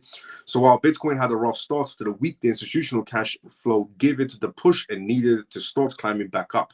This essentially surge in activity came right after Morgan Stanley made the big move. And what they're referring to is Morgan Stanley getting 15,000 financial advisors ready to enter the crypto space. Do you understand how ridiculous that sounds? That 15,000 financial advisors from Morgan Stanley have already entered the crypto space, because they entered on the 7th. They've already entered the crypto space, and they're getting things prepared for their high-profile clients. The next clientele entering the crypto space right now is institutional investors. And 15,000 financial advisors from Morgan Stanley have just entered the fields. They entered the fields on 7th of August. I revealed this news as well. And I said it's not going to be overnight, but it's going to be over time. But these are indications of who's the next clientele entering and how close we are to regulations. They gave the green light to their 15,000 financial advisors to essentially start pushing clients with big pockets, like those with net worths over $1.5 million, towards Bitcoin funds issued by BlackRock and Fidelity. Before this week, wealth management firms would only dip their toes into crypto if a client specially requested it. Now, Morgan Stanley is the first to actively promote these funds. According to their May 13F filings, the Wall Street Bank holds about $270 million in spot Bitcoin ETFs out of their $1.5 trillion in assets under management. The expectation is that other big players who have been sitting on the sidelines doing their due diligence will feel the heat to follow Morgan Stanley's lead. Despite the rough start to the week, the crypto market has managed to claw back essentially slightly. The market cap of all tokens combined has regained hundreds of billions of dollars since Monday and is now sitting comfortably around 2.1. That's a serious comeback considering things were just a few days ago. Bitcoin even hitting an intriguing high of nearly 63,000 on Friday. That recently happened, while Ethereum trading above 2,700 earlier in the day as well. More than $100 million in short bets on Bitcoin got liquidated in the past 24 hours on that basis, which has only helped to boost Bitcoin's gains. But they are both still down compared to their highs earlier this year. Ether is particularly on track on its worst week in nearly 2 years. But essentially, the 15,000 financial advisors, these are all indications of part two. I've been saying this for a very long time, that part two is going to be one of the most key factors in this market space. And I tweeted about this a long time ago regarding part two. And I said part two, before Morgan Stanley's 15,000 financial advisors were even announced, or essentially BitGo announcing their NetGo network for institutional clients, or even Arthur Hayes mentioned the next institutional clientele. The next clientele coming is institutional investors, or even NetGo introducing same ideology as well, or other crypto platforms talking about the next clientele as institutions. I said this a while ago, and I tweeted about it, that part two is brewing, and part two is going to be all about the institutions entering. It's all about utility, institutions, banks, regulations. That is what part two is for this entire market space.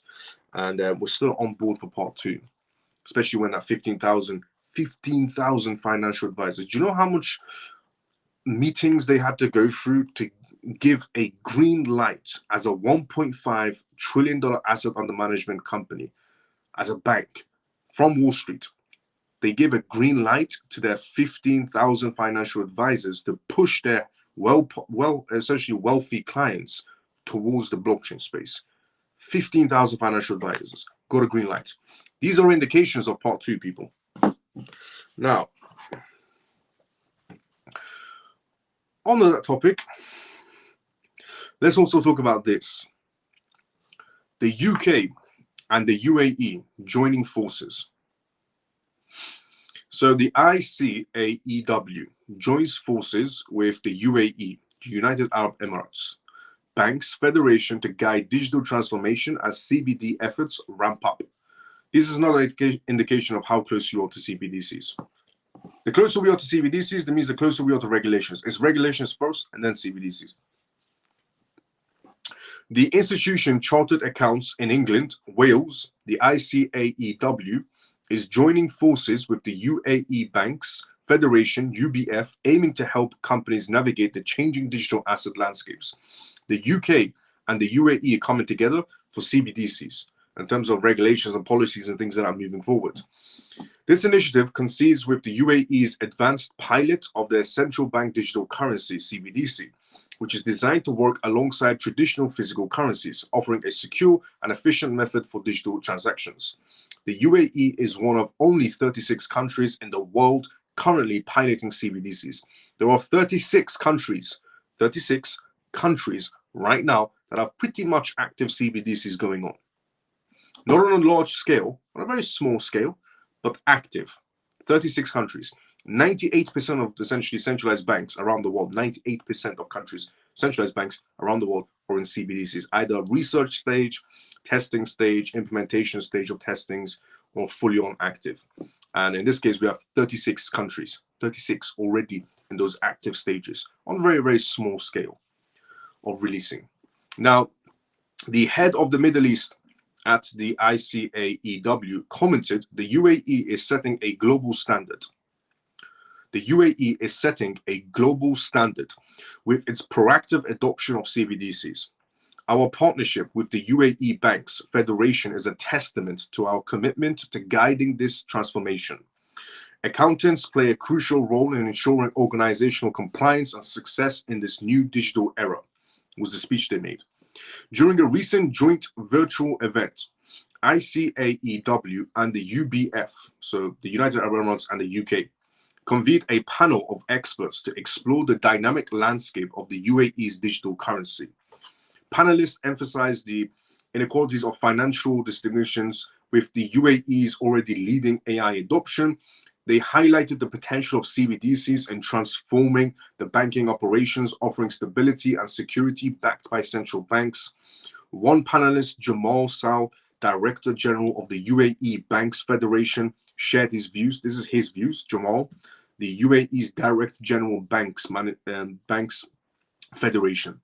He said the UAE's progressive approach to CBDCs and AI places it at the forefront of financial innovation. Embracing digital assets presents a vast opportunities, but it also requires a robust cybersecurity measures, and essentially the collaboration that's going on between them is absolutely amazing. Through joint efforts, such as our work with the ICAEW, the UK in other words, and constant upskilling, companies can achieve secure and compliant integration of digital assets. We're talking about wholesale CBDCs here as well. However, they also highlighted the associated challenges with this digital shift. As this and the AI adoption increase, so will the risk of cybersecurity, necessitating robust security measures with bad actors constantly innovating new ways to exploit vulnerabilities and steal sensitive financial data. The panel urged organizations to continuously improve their cybersecurity measures to protect against those growing threats. Capitalizing on the strong UAE position, panelists also focused on the absence of the standardizations of accounting firms for digital assets, which can lead to inconsistencies in reportings, impacting investor confidence, and potentially complicating regulatory compliance. Panelists encouraged organizations to proactively develop robust accounting practices and called for industry-wide collaborations to establish clear, consistent frameworks. They emphasized the importance of seamless cooperations between the IT, audits, and finance functions within organizations to effectively manage digital assets and ensure secure, compliant integration, as well as need to strengthen capabilities and expertise among terms. Finally, the discussion also highlighted the UAE's significant global position, accounting for 5 to 10% of the global digital asset trading volume. This underscores the nation's growing importance in global digital finance landscape and its potential to shape the future developments in this sector. So, UK and Dubai, UK and the UAE, the UK and the United Arab Emirates coming together for in terms of CBDCs. It makes sense because the UAE is well ahead of everybody else. When it comes to regulations, or when it comes to the CBDC ventures and so on, they're well ahead of everybody else. Now, yes, China obviously had a CBDC first. They have a much more bigger operational CBDCs, but China launched a bit weird. They launched retail CBDCs first and then realized people can't spend it. So they had to launch wholesale CBDCs next to get the business and the CBDCs so people could spend their CBDCs. That's why the EU is releasing wholesale CBDCs first to get the businesses around you in CBDCs, and then they're going to release retail CBDCs next, so then you can spend those CBDCs. That's a more logical way. They use basically China as a test ground for other countries. But the UAE is definitely taking things into their own hands. They're definitely innovating within the blockchain sector, not just CBDCs, but in the blockchain sector in general. But on this matter on CBDCs, the UK is asking for a handout basically from the UAE for regarding CBDCs. But the indications that they made regarding 36 active CBDCs around the world, 36 countries are active on CBDCs right now. What did I say in 2023? In 2023, I said there's going to be countries, whatever country that doesn't launch in 2024 and CBDCs are going to be launched in 2025. 36 countries already active in 2024. They're not doing large volume numbers, but they're active. 2025, the countries that didn't launch in 2024 will be launching their CBDCs in 2025. By 2026, we're more into CBDCs. 2027 is when the bank managers said they're going to be closing out their branches. And then continuing, obviously, 2030, nobody will own anything. Everybody will be happy. But yeah, 36 countries are absolutely active on CBDCs. So if you wanted to know the timeline of how close we are to those 3 green lights, we're closer than you think to those 3 green lights. Do you have any? Okay, let me see where we are. Okay, what do you think about the 60 days will happen to the price prediction? We should see the price slightly moving the closer we get to that 60 days, but it can also happen within those 60 days as well. It's just people are, some people can't actually believe that this case has finally come to an end. So there are some people that are still stumped, that they can't believe the Ripple case has come to an end. And that 60 days, when it closes, obviously will be the indication of it's finally finished. Also, we have come to the endings of tonight's live show as well. Closer than you think means how long? Closer than you think means keep as an outcome on movements, not in ridiculous movement lottery numbers, but on movements. Keep it as an outcome this year and next year, but keep it as an outcome this year and next year. Keep both as an outcome. And also, we've reached the endings of tonight's live show as well.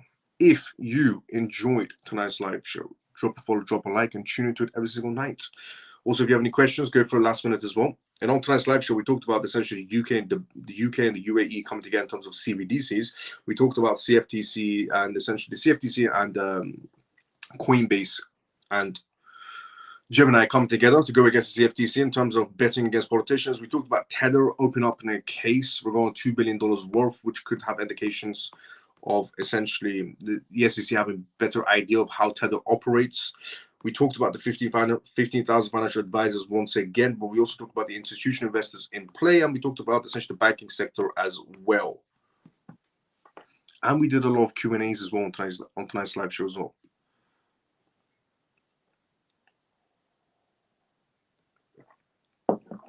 Let's see where we go. Good night, Miles. Thank you for doing. Let's go, JP. Any last words on Dent and Hot? Hot, very good. Dent needs work. Good night, brother. CMF. Below. See you tomorrow sometime as usual. No, this year, not next year. Any recent news on LAT Miles? No recent news, but I'll look into it more. And if I do find anything, I'll post our Telegram group or share it tomorrow. Thanks for another outstanding program and your straightforwardness. Thank you for your appearance for me. Let's go, Scott. Thanks so much for the kind words.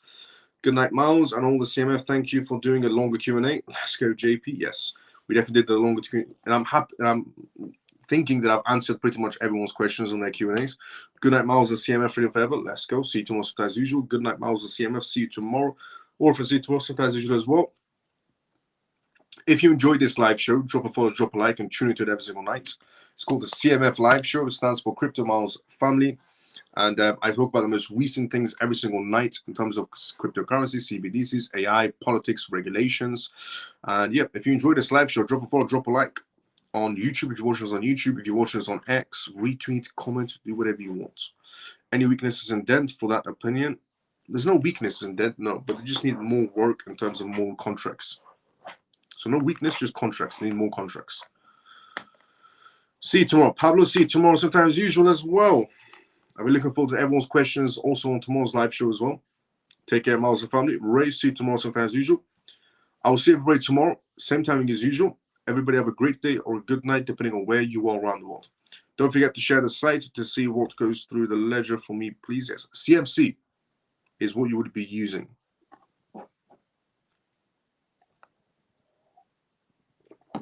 Good night, Miles. I'll see you tomorrow.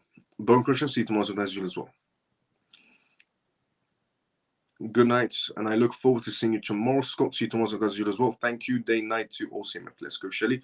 I'll see everybody tomorrow, same time as usual. Everybody have a great day or a good night, depending on where you are around the world. CMF, I'll see you all tomorrow, same time as usual. Everybody have a great day or a good night, depending on where you are around the world. Also join a Telegram group for the CMF live show as well, completely free. Anybody's more than welcome to join it. And thank you once again to our essentially partnerships. If you want a Tangem wallet to secure your assets, use code CryptoMiles, get 10% off Tangem. And also check out BingX Exchange as well. Get $100 just for signing up and doing your KYC and also trading with them. Go check out BingX Exchange and check out Tangem. Use code CryptoMiles, get 10% off your wallets.